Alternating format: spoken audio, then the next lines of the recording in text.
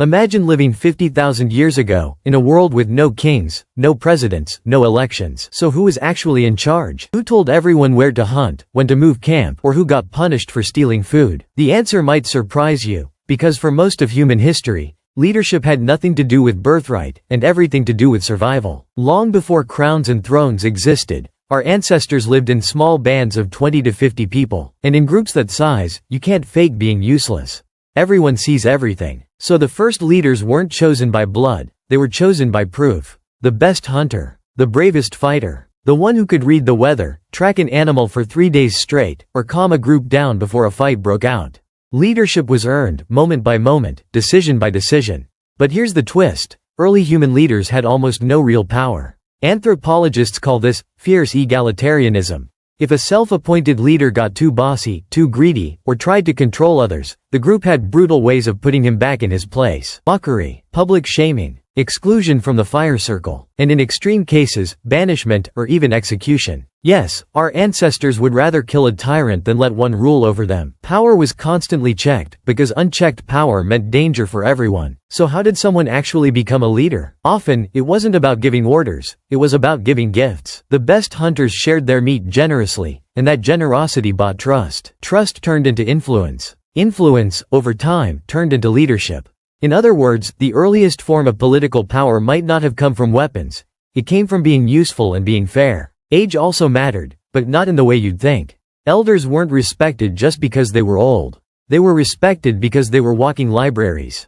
In a world without written language, an elder who remembered which berries were poisonous, where water could be found during a drought, or how their grandparents survived a harsh winter, that person held priceless knowledge. Losing an elder wasn't just an emotional loss. It could be a survival crisis for the entire group. Now here's something most people don't know: leadership roles often shifted depending on the situation. The person who led during a hunt might not be the same person who led during a conflict, or the same person who led spiritual ceremonies. Ancient human society wasn't built around one all-powerful chief, it was built around specialists. A hunting leader, a peacekeeper, a healer. Power was distributed, almost like an early, unspoken system of checks and balances. Gender roles in ancient leadership were also more fluid than many assume. While physical strength often gave men an edge in hunting-based leadership, some anthropological and archaeological evidence suggests women held significant influence, especially in decisions involving food distribution, child-rearing practices, and even conflict resolution. Some ancient burial sites have been discovered with women buried alongside hunting tools, weapons, and high-status items,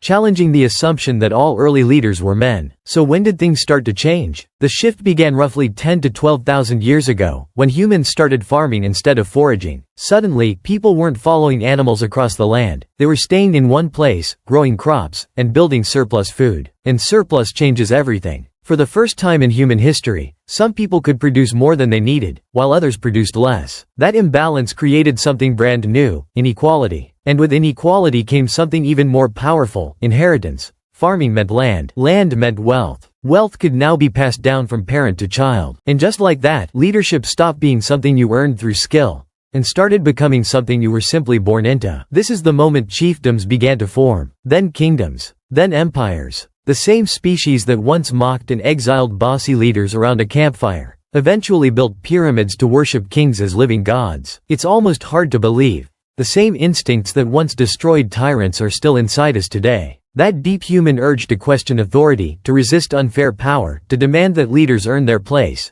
it didn't disappear. It's the same instinct behind revolutions, protests, and modern democracy itself. In a strange way, the caveman who mocked a bully around the fire, and the modern citizen who votes a corrupt leader out of office, are doing the exact same thing. So the next time you think about what makes a good leader, remember, humanity spent most of its existence rejecting power-hungry rulers, not glorifying them. Maybe the real ancient wisdom isn't about who deserves to lead, but about never letting one person hold too much power for too long.